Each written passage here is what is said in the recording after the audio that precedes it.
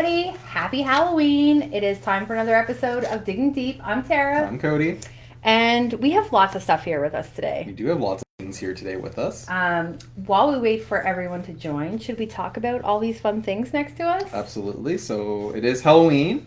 As a company, we do costume dressing up, as you can see, and we also do some pumpkin decorating. Right. I'm not actually a cat. I'm just pretending to be one. Yeah, I'm not actually Shrek. I am just pretending to be Shrek.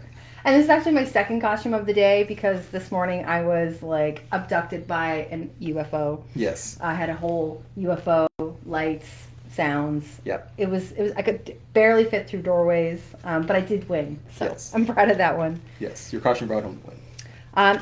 And we do pumpkin decorating, although I cheated. I made this one. These are gourds. These are our Galaxy of the Stars gourds. And like, look at that base. Mm-hmm. Oh my god, he's so cute. Yeah, but the other ones you see here are our pumpkins. Staff have decorated these. These are top favorites. Are these the winners too? This one right here, is the gumball machine, is the winner. Yeah. I love that. Mm-hmm. The spa day, this cheeseburger, so well done. Yep. There's another one back here. This one was actually made with one from our, oh, it's on the ribbon.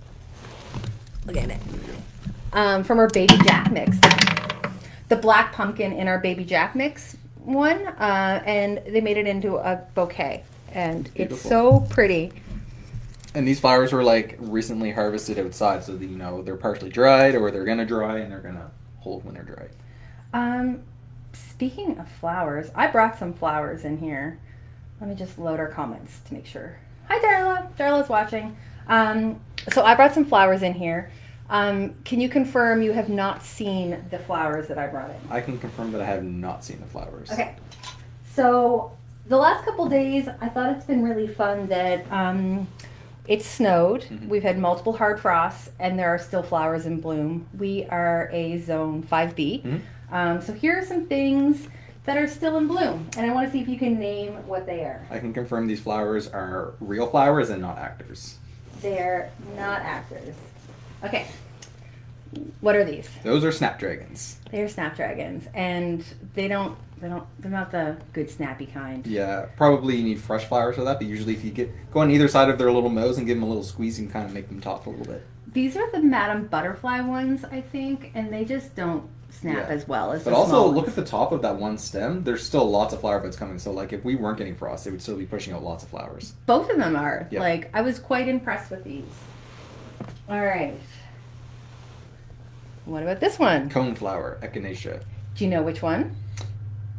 It's twist green twist. Green twister, yeah. Okay. This is a tricky one. This one has tricked up everyone that I've played this game with so far today. What is this one? That's a false sunflower. Oh, you got it. What is this one? It's an actual sunflower. You're doing very, very well. What about this one? That is a Shasta daisy. Yeah, and I'm pretty impressed. Joyce actually trimmed back all of our Shasta daisies after they're done blooming, mm-hmm. and they will rebloom. Is that from the wall bed? That is from the wall bed. And I know exactly what flower it was because I would admire them every time I walk by. Yeah, well, now it's gone. That's all right. I'm so sorry. I can admire it here. Okay. What about this one? Calendula. It's very pretty. And you can also eat them. They're a nice herb flower. But have you ever eaten it? I can't say that on purpose, no, but maybe at some point, you know, at a nice restaurant or something, possibly. Okay. I have 3. What are these? Those are stalks. Bonus points if you know the variety. Is ours vintage mix? It is. Yes. But yeah, all of the stalks are still very, very happy. Yeah, we were down looking at them yesterday or the day before, and they were like still happily blooming, still had all their color. Actually, it didn't even look like frost even touched some of them. I know. Speaking of doesn't look like frost touched it, look at this one. Yes, the dahlia. Yeah, the dahlia is so pretty. They don't mind the cold at all. No. Which is really funny because you have to wait to plant them. What else do I got? Do you know what this is? Those look like cornflowers. They are Bachelor's buttons. not. Oh. Ooh, I stumped him. These are the Nigella, the Moody Blues. Oh, yes, you're right. Yeah, because I have cornflowers right here. Ah, yes.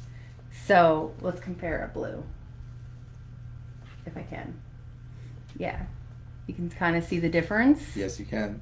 The cornflower, like the bachelor's buttons, have like more like of the reproductive system in the center. It's more like defined, whereas like the Nigella is like very out and open and noticeable. This is actually a bunch of bachelor buttons from our new ones that we're adding to the Yes. catalog. So a little sneak peek of some bachelor buttons that we're adding. And what about these? Those look like Sweet William. They are, and I'm really impressed that they're still blooming. I am too. The ones that we deadheaded are still blooming. The ones that we were a little lazy on deadheading did not. Mm-hmm. So it just goes to show that deadheading is a great skill to do for your plants if you want them to keep blooming. Yeah, and one of my favorite things about these is that they have multiple colored blooms all on one cluster. Yes. Like that's white and pale pink and dark pink. You get white, pinks, burgundies, purples. Yeah. So pretty. And this one's really small. I don't know. You know what it is, though. I do know what that is. That's our Fairy Queen Salvia. Yeah. It's so pretty. It did really well this year. Okay. These ones got soaking wet because they fell into the vase. Okay. Can you tell what they are, though? Those look like Gaillardia. They are Gaillardia. And I felt really mean because I had to kick the bees off to take them in. There's lots of Gaillardia out there for them still to eat. We've actually been talking about them because they've been doing so well. And they've been sitting in our perennial beds for a couple of years now. Next spring we're going to put them someplace else. We're going to use those beds for something else. So maybe someplace where, we might use Echinacea. If we don't want to use Echinacea, we're going to try Gaillardia. Yeah, I love Gaillardia. I really do. It's so pretty. Also called fleece flower. Mm-hmm. Oh, Jesse's watching. Hi, Jesse. What else we have? We have a giveaway to do today. Yes. I have garlic. I didn't think of a question, though, for garlic. Well, we'll think of one. We've got 2 different types of garlic, a pound of each, and answer a question correctly, and we will send it to you free of charge. That's right. And what else I got? That's it for now. Yeah. Oh, I forgot these. What are these? That looks like Ageratum. It is Ageratum, and this is another new catalog ad. It is, yes. A new... No names yet, but I believe the catalog's actually being finalized as we speak. Like, it's going to the printer in probably a few hours, and then middle of November they will start arriving in mailboxes. I can't wait to see it. I know. Even though I pretty much know exactly what it looks like, I know. I still can't wait to see it. And for everyone listening, it's been the catalog's always a process for the whole company. We've been working on this since, late winter is basically when we start the process. We go through, what the layout's going to look like, that sort of thing. You and I and some of our other team members, we decide, what pictures we want new pictures of, what varieties we need to put in, what we're looking at, hard goods. I was taking pictures yesterday of our broom corn that's going to be in next year's catalog. Yeah. Because it was too late. Broom corn takes quite a while. But yeah, we're always working on it. It's a labor of love. Always working on. We're working on 2026 right now. Yeah. Yeah, it's very fun. Shall we get to some questions? Sure. Everyone watching, if you have questions, please ask us. Yes. Okay. Shrek likes questions. Let's see. Stacy asks, can I pile my leaves onto my garlic to use instead of straw? You can. I would recommend you mulch the leaves first. I find leaves can be a little bit smothering. You certainly don't have to, but mulching them will, create a more fine mulch, and that'll break down quicker come spring. And are all leaves created equal? No, so some leaves break down faster than others. Like oak leaves really do not break down well or as fast as other leaves. So if you have a choice in your leaf type, then maybe not add oak leaves, but Yeah, and definitely don't add pine needles. no, yeah. Definitely no pine needles. All right, we'll save that one. Neil says, I planted my tulips as soon as I got them in the mail, and then it got really warm spell. I'm starting to see them sprout. Will they be okay? Yeah, so most of the time when you plant your bulbs and you see them starting to grow, they are growing, but usually once you see that growing tip, it'll kind of stop. Plants are driven out of dormancy and growth from two things, and that's light levels and temperature. If you get a weak spell of warm temperatures, but the light level's still low, the plants know it's still, not the spring. I'm not going to start growing. You'll see them stick out, and then they'll stop. They won't go any further. Usually they will survive the winter that way. If it is a concern, you can mulch, leaves, straw, bark mulch, whatever you have will protect them, but for the most part, they'll be okay. Yeah, I was cleaning up some of the beds in front of the store, taking out like the impatiens that didn't survive the frost. And there's some like rogue bulbs that we left in there. And they're starting to sprout as well. Yeah. It doesn't matter that you just planted them. The ones that are already established are basically doing the same thing. Yeah. We're in what, fourth summer right now? Yeah. Yes. It's cutting cold Yeah. and then warm. And today, what's the temperature? It's like almost 20 degrees. I looked actually right before we started, and it's 18 degrees outside on the property. But like yesterday, it was like minus 1,000. Yes. It was so cold. You just think of the bulbs like waiting to like as a surprise party, like behind the couch, but your birthday's not for like 6 more months. Yeah. That's basically what's happening. It's ready. Yeah. But yeah, if they're sprouting, it's not a big deal. Yeah. Christy says, I bought a black pearl amaryllis bulb this fall. Is it a one-time flower or will it keep blooming for next year? It'll keep blooming, but once the blooms are done flowering, you'll want to cut them off, especially before they start going to seed. And then you just let it keep growing until the growth naturally yellows and dies off and you cut them off. The big thing for amaryllis is they need a dormancy period, like 8 to 12 weeks in dark, cool temperatures. 8 weeks is probably easiest for most people, so you want to have 8 weeks somewhere around the like 10 to 12 degrees Celsius range. And then after that, you can pull them back out, put them in a sunny windowsill, water them, and they should start growing within like a couple weeks. And when you put them in a dark spot, do you leave them in their pot or do you dig them up? You can dig them up if you want to, but most people just leave them in their pots. Yep. Yeah, I'd have to set a Google Calendar reminder to be like, hey, don't forget you put that down there. Yes, because I would most definitely forget to. Absolutely, like come Yep. across it like a year later, be like, oops. Like put it in your basement in the far corner where it's dark, and then you come down and you find it like trying to grow out of its bulb and there's no sunlight. Poor bulb. Super leggy. Yeah. I love amaryllis. They're really easy to grow. They're super satisfying. You grow them at a time of year when there's nothing really growing outside, at least for us. So I like growing them in like a vase with water. Mhm. I've done that a couple times, and it's really, really pretty. Yeah. It's just fun to see the roots come out. they're really easy to grow. Like they come in like these boxes and usually kits and with the pot and the soil and everything. And like it was one of the first things I grew when I first started getting into plants, and I was just amazed at like the size of the flower. Like I didn't really have to do anything other than water it. All right. Nicholas says, I'm new to gardening since COVID. The first 2 years, my garden looked great, but this year it seems to struggle even though it was planted the exact same way as last year. I know farmers do crop rotation, but is this something I need to do as well? Yeah, so it's always good to practice crop rotation. You're just moving crops out of the area they were previous. If there was any diseases or pests in that area from, the past growing season, they can winter over in that same soil. So it's best to just move them someplace else on your property or to a different bed. Yeah, we always say practice crop rotation, usually a 3-year rotation before you return to that area with the same crop. Yeah, why, what's going to happen? Is everything going to get smaller? Is it just going to stop growing? Will it be more pests, all of the above? Yeah, all of the above. And when we say like crop rotation, if you're planting garlic in one area, garlic, ornamental allium, onions are all in the same family, which means they're all affected by the same pests. So that means you want to crop rotate those all together and not just do garlic and then do onions the next year and then after that do like ornamental alliums. Mm-hmm. You want to move them all together. Yep. Yeah, and we do crop rotation. Yep. We move things around all of the time. Yep. Every year we move things around. Our fields, we're always shifting what field we're in for the vegetables, and then our flower beds, we're looking at what was there the year previous, and we're just trying to make sure we're not, putting petunias in the same petunia beds every year. Right, so next year we're going back to the same spot we were 3 years ago, right? Yes. And are you making sure that, the lettuce is planted in a different spot? Yep, we're going to make sure all of that. Yeah. I can't wait. That's my favorite section of the field. Yes. I like that section I of do the too. field. It's just not as far away.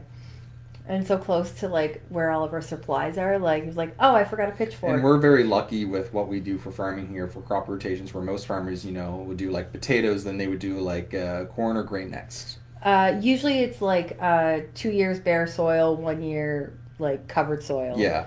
But now that's all changed, and farmers are doing like even bigger crop rotations, Yeah. and they're really starting to like invest in the soil and rest. Yeah. And like do nothing. Yeah. And we're very lucky here because we're not trying to make a profit off of our fields necessarily. So like, we don't need to, where our vegetables are this year, we don't need to go in and put a grain crop in there next year to harvest. We can cover it with a couple different cover crops. We can mow it and put all that back into the soil. It is really nice to be able to do it without the pressure of trying to us make money. Yes. Like we're trying to learn. Yes. And even when we make mistakes, we're learning. And the same in the home gardener, you make mistakes, you're learning. Yeah. But it's good that we're not like, oh no, how are we going to eat? Yes. Yes. Exactly. Yeah. Because we were farmers growing up, and like when we had hard years, we suffered that whole year because Right. of that hard year. Right. So there's less pressure on us. Yeah. I feel less stressed. Maybe you don't. I mean, whenever we put, I have spring anxiety, I call it, and we put everything in the field, and I'm like, nothing's gonna grow. This is it. This is gonna be the worst. Everything grows. It always grows. I have like toxic positivity. Everything's gonna grow. Yeah. Everything's gonna grow. Let's see.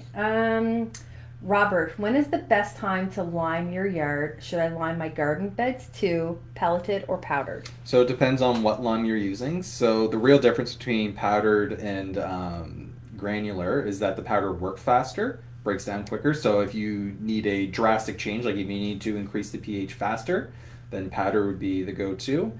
If you're just doing your lawns and you're just trying to keep that pH at a good balance, then you can go with the pellet. It's also easier to work with and not nearly as messy. Mm-hmm. Yes, you can do it twice a year for your lawns, once in the fall, once in the spring. Same with your garden beds. It wouldn't hurt to do those twice a year. For garden beds, I would recommend taking like a pH measurement first. You want to make sure your pH isn't creeping too high. You usually no higher than like a 6.5. Yeah, always make sure you're doing a measurement first before you apply any. And what happens if your pH is too low? So what happens when the pH is too low and too high too is that like certain micronutrients and other nutrients get locked out of the plant, meaning they're not available. For example, I can't remember the whole chart, but like if your pH was too low, it would lock out nitrogen. Nitrogen is like the most important nutrient to plants, and then they wouldn't be able to take up any nitrogen. Yeah. Yeah. I like the smell of lime. So usually when, if you're seeing like deformities in your plants, you're seeing like brown tips, purpling, some weird discoloration, whatever. Start with a pH test first and see if you're in range, and then I would start looking at what like micronutrients you might be missing with a soil test to your provincial or university lab. Yeah. And Joyce, a girl that works with us, she always seems to know when our pH is bad and we need lime because of the weeds that show up. Yep. Certain weeds like a poor pH, Yep. and if we have a lot of that, I think maybe is it sorrel? Yeah, and we have some chickweed too. Yeah. What? I know. I've never noticed. Yep.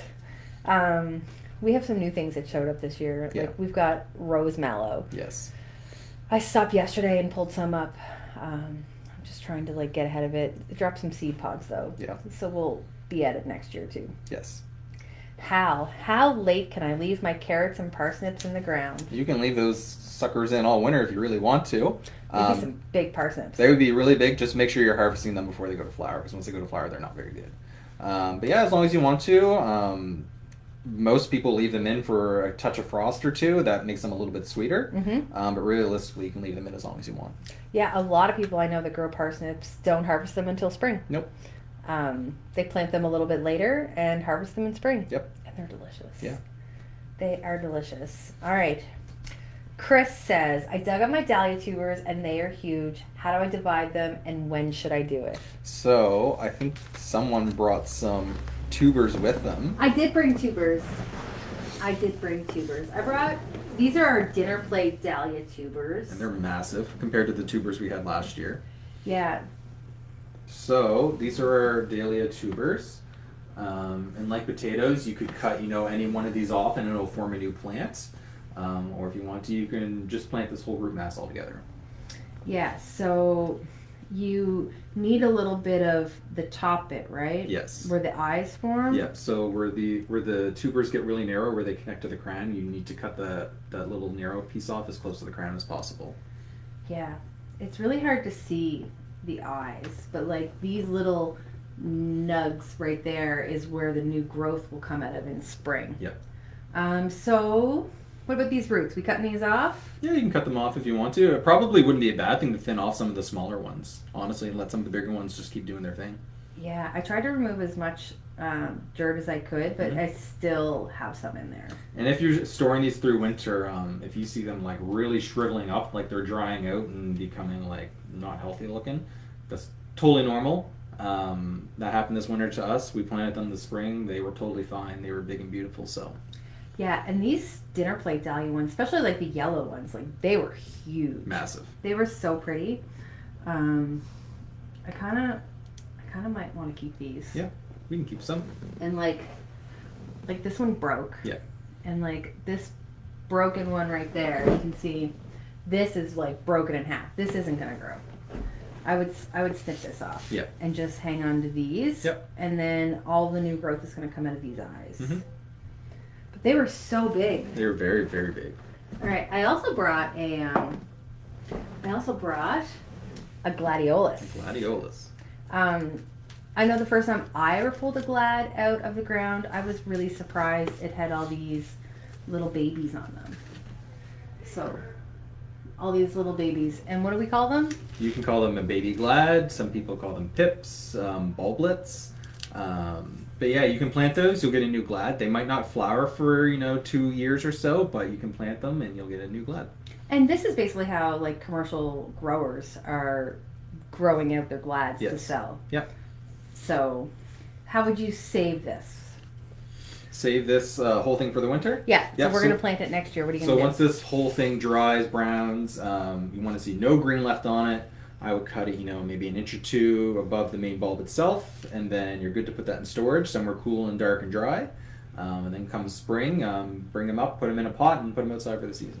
And like these little pips that are coming off, Yep. are you going to keep them on the bulb or are you going to take them off? You can do either or, but for the longevity of the plant and for the plant to be bigger, healthier, nicer flowers, I would take them off.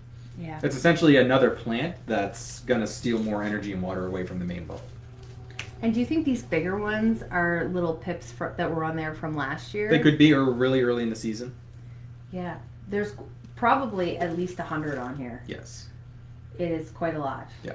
So those would be like similar to like a strawberry runner, Mhm. where genetically they're the same as the mother plants. So if you are getting diseases in your glads, it might be best to buy new stock because they might have some better resistances, or maybe this lot or this stock of glads is more more tolerant or more prone to getting those diseases and such. So it's good to replace your stock every few years. Yeah, these ones are really pretty. I love glads. I struggle with planting them deep enough. Mhm. I always feel like it's deep enough, and then they're laying down. Yeah, they get pretty top heavy. And when they lay down, it's always really funny because it lays, and then the bit of the flower Yeah. bends up. Yeah. So then you can even put it in a vase because I know. it's crooked. It's a me problem. It's not a stock problem. If we have some tomato cages or any other sort of plant supports, those would work really well. Yeah.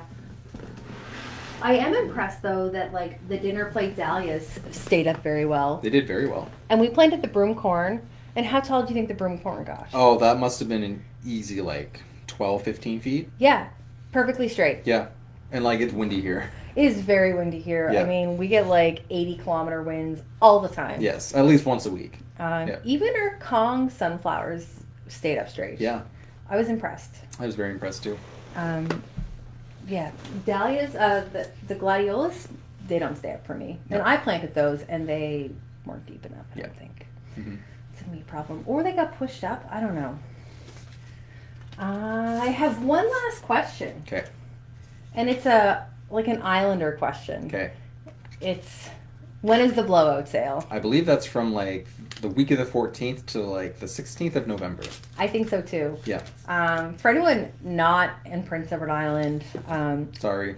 Yes. What's left of our bulb stock, when they're done shipping it to all of the customers who order from the catalog, it does get a blowout sale to Islanders. Yes. We have a location where we ship all of our bulbs. It's over by the Charlottetown Airport, and people line up. Yes. Like when the doors open the first day, there is a lineup. Yes. People call out sick to work to pretend they're sick to go. It's like the Vessi Seeds Black Friday event. We get calls. We've been getting calls every day, all day for over a month. Yes. And we do it twice a year, once in fall, Yep. once in spring. And yeah, it's a Black Friday event. Everybody loves it. Yeah. Everyone loves getting, a good deal on some plants, right? It is a good deal, and I love it. I love all the bulbs. I haven't planted any. We planted some at home. We've had some bush clematis, some other bulbs. I still have some baby boomer daffodils to plant, which are my favorites. Yeah, I missed out on my favorites because I forgot to order them, and I thought, it's fine. I work here. I can get them whenever, and they sold out. That happens to me all the time, like especially with like seeds. I'm like, oh, those are my favorite flowers. I'll get those closer to spring, and then closer to spring comes, and then it's everyone else's favorite flower, and then there's it's everyone else's. It's gone, and so I'm sad. Our bulb manager said that like before the blowout, if there's any left, maybe he could hook me up. But it's not looking good. Yeah. So I know for next year, order early. I will order early. Yes. And our fruit trees are live. Yes. Fruit trees are live. Yeah, the spring catalog is live, right? Yes. Because we added peach trees this year. We have. Maybe if Tracy's listening, she can put a link of that in the comments. Peach trees. Our kiwis are back. Kiwis are back. Hardy kiwis. There was a little hiatus there, but they are back. And what else? Like if you want a mulberry, you got to order that early. We're going to sell out of mulberries probably before January's over. Yes. Opal plums we sell out of pretty much in January. Don't sleep on the things that you want. Yes. Learn from me, and I work here, and I know better than anyone. And maybe this is a good time to pass it on to our customers. So the bulb department has been doing something different this fall, and it's going to be a continuation in the spring. But they've been packing a lot of the live root plants with wetted, like, not sawdust, but like big chips of wood around them. And we've been noticing good results from them. If any of our customers are getting those, please let us know how they're doing, good, bad. We'd like to know. We're just trying to help, keep that high quality plant until it gets to you before, if it gets stuck somewhere in the mail, we just want to make sure that it's going to be okay. So please let us know how that's doing. Yeah, especially sometimes, like, I heard a call yesterday that someone was wondering where their plants were, and they were expecting them to come to their door, and they were at the mailbox. Like, they were at Canada Post, and they left them a card, apparently, and maybe it got lost, and they can get to them. But it's like, it's been actually sitting at the post office for a week. Yeah. So, like, things like that, I don't mean things happen, but, like, something like that, with hopefully this wetted sawdust around the plants, that'll help, keep the moisture in the bag into the roots so that it keeps the root quality high. And, when you go pick it up, it'll still be just as good as when it left. Yeah, absolutely. Because you think, like, I'll be on top of it, and life happens. Yes, it does. Things happen. Yeah. Yeah, and plus, it is a long way to BC. It's a very long way to BC. And even, like, remote parts of, like, Quebec and Newfoundland and other parts of Canada, and we can have storms and weather, all sorts of things. And maybe that's a good reason, too. We always have lots of customers asking, like, if I'm in a Zone 8, they may contact us just being like, I ordered my bulbs. I haven't seen, like, a shipment confirmation yet. We do ship all of the spring and fall things by zone. So we always start with the warmer zones, depending where you are, and then we work our way to the coldest, like in the spring, and then we do the opposite in the fall. Yeah, and if you want something early, you can always ask customer service, too. We get people say, like, I'm a Zone 2, but please send me my strawberries because I'm going to start them in the greenhouse. Yeah, exactly. So, like, for something like that in the spring, we ship by zone, so a Zone 8 is going to get their strawberries much sooner than, like, a Zone 2, because we want to make sure you're getting them just as, the planting season's starting for you, so. I know what we've been up to, but did I ask you on camera what we've been up to? I don't think so. Peppers, carrots, and parsnips have been the big thing in vegetables. Green onions. We did green onions as well, yes. I'm like, what have I been eating? Green onions, peppers, tomatoes, carrots, parsnips. Mhm. I love carrot harvest day. I love carrot harvest day too. We had some Um, really nice carrots this year come out of the field. I'm excited to see what they're going to look like again next year. It's pretty much going to be a continuation of this year for next year for carrots. So Yeah. We had some beautiful parsnips. yeah, we had beautiful parsnips this year. Because it was so dry, they got really, really nice length on them. They were Mhm. searching for water, so we got nice size on them. Yeah, I think they were long. Yeah, I forget. I measured them. We have the data somewhere. yeah, yep. Yeah, whipping carrots around. Mm-hmm. I gave out an award for the Rural Beautification Yes. Society, something that Bessie's has been involved in for like 22 years, I think. I forget. They said. I did that on Tuesday night. That was very fun. Yes. I got a really nice card in the mail today. This was really nice. I gave a tour to a customer from Alberta, and they wrote me a very, very nice It's card. very nice of them. It's so sweet.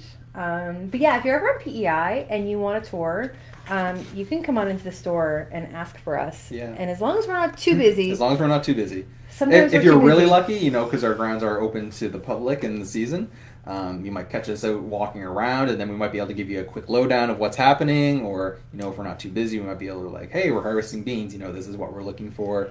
And we'll show you the whole process of what that looks like. So Yeah, these guys lucked out because I was like, here, let's eat this watermelon in the field. if you get here on Watermelon Day, that's a treat. Yeah. Yeah. September, October, good time. There might be watermelons. Yeah. I've done a few tours that I've really, really enjoyed. Yeah. Like one little girl last year, she was so sweet. Mm-hmm. She might be a little gardener someday. Yes. Should we give away our garlic? Sure. I don't have a question. Do you have a question? I'm going to talk about probably our flowers really quickly if you want to maybe think of a question. Okay. We talked about vegetable field, so our vegetable field now, we're done for the season. Yes. It's cleaned up. We've worked the remaining stock under. Any remaining plants, it is done for the season. Mm-hmm. So now flowers, we're doing something new this year. So typically every year for our flower trials, we would pull the plants out and we would take them and compost them. This year we're going to be keeping a lot of the non-woody plants there, and we're going to be covering them with our textile mulch, and we're going to be leaving that covered until we're ready to plant, essentially. We're trying to put all that plant material back into the soil instead of removing it. And we're hoping that covering it with the textile mulch is going to stop with some of the erosion through the winter, help with the freeze thaw, and it's also going to help heat up the soil enough that we're hoping it's going to lower our weed pressure, kill off some of the seeds. So I think it's going to save us a lot of time next year. Yes. Because even when we leave them bare, there's so many weeds that start growing before we're ready. So we have to get rid of those. Yes. I really think it's going to save us time. I think so too. So a bigger cost investment. A bigger upfront cost, but in the long run, in hours of maintenance, I think it'll be better. Yeah, if we could kill some of that chickweed seed, oh my Yes. goodness, that's I would maybe I would pay for that in my own pocket. That stuff's annoying. Yep. But we have 24 beds that are about 50 feet long each, so we have lots of area to cover. Yeah, and there's still stuff in bloom. I know I've been cleaning out beds, but it's really hard to pull them out when they're still flowering. It is hard, I know. So I left all the stalks. I left all of the flowering kale. I was gonna bring some flowering kale, and I thought I would bring it next time. Yeah. I'd bring it next time because we're adding some of that. You have some flowering kale coming. Is it a kale or a cabbage? It's technically a kale, I guess. Yeah. Yes, we got flowering kale. What else is still happy over down there? A bunch of stuff. Yeah. Anyway, I know it has to go eventually, but it's really hard to pull it. It is, yeah. But it could snow at any point and not stop. It's already snowed this week, so. Twice. Yes. Twice. I'm not ready. Not ready. All right. The question. All right. To give away some garlic. I just thought of an easy one. Okay. I don't know how to even ask it.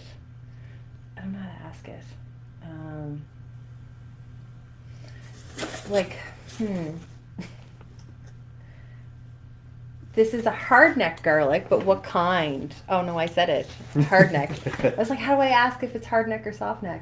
Okay. Here's a good one. There is a garlic that is named after an African animal. What animal is it? That's a good one. Yeah. You might have to ask it again though. Okay. Oh, Jennifer says suspense. All right. What garlic shares a name with an African animal. Yes. The first answer to hit our comments will win. Mm-hmm. Please don't give me your address in the comments. Yes. We don't want anyone to know where you live. That's right. Oh, everybody knows. Everyone knows. Everyone knows it's elephant. I'm gonna let Tracy declare the winner because, like, they come in pretty. They come in very quickly. Rapid fire. Yeah. On here. I love garlic. I do too. It's one of the easiest things to grow, and that this is the time to like be buying it and planting it. We haven't planted ours. Not yet. It's still a little warm yet. Like we said, today is 18 degrees. Tomorrow it's going to be similar. We're waiting for single digits to kind of balance out a little bit, and then we'll probably start planting our garlic and bulbs then. Yeah, and what do? We cover cropped. Yes. Are we tilling the cover crop in? So we did cut it back. Yeah, so we cut it back. So we cover cropped with beans this year. But we're not going to till it in this year. We're just going to do like a no-till planting to see how the garlic turns out. We did cut back the beans, like 3-4 weeks ago? I think so. I mean, my bruises healed, so 3-4 weeks ago. We'll say a month ago. We whipper-snipped. We raked a lot of that into the bed, covered it with the textile mulch to try to break it down as much as possible before we go to plant. And now we're ready to plant. So we're just gonna basically punch holes with like a bulb planter, and then we'll put our garlic in, and then we'll see next August what it's like. Yeah. It did good though. It's been covered. Mm-hmm. I don't recommend whipper-snipping beans that are full pods. Yes. They hurt. Wear protection. And for people who might not know, we cover crop with beans because we have a lot of bean seeds in excess here, and also they're nitrogen fixing. So they're pulling nitrogen from the atmosphere, they're putting it in the soil instead of us adding like a synthetic fertilizer. It's getting it naturally. And then there's also a little bit of green material from the foliage that'll break down and go back into the soil as well.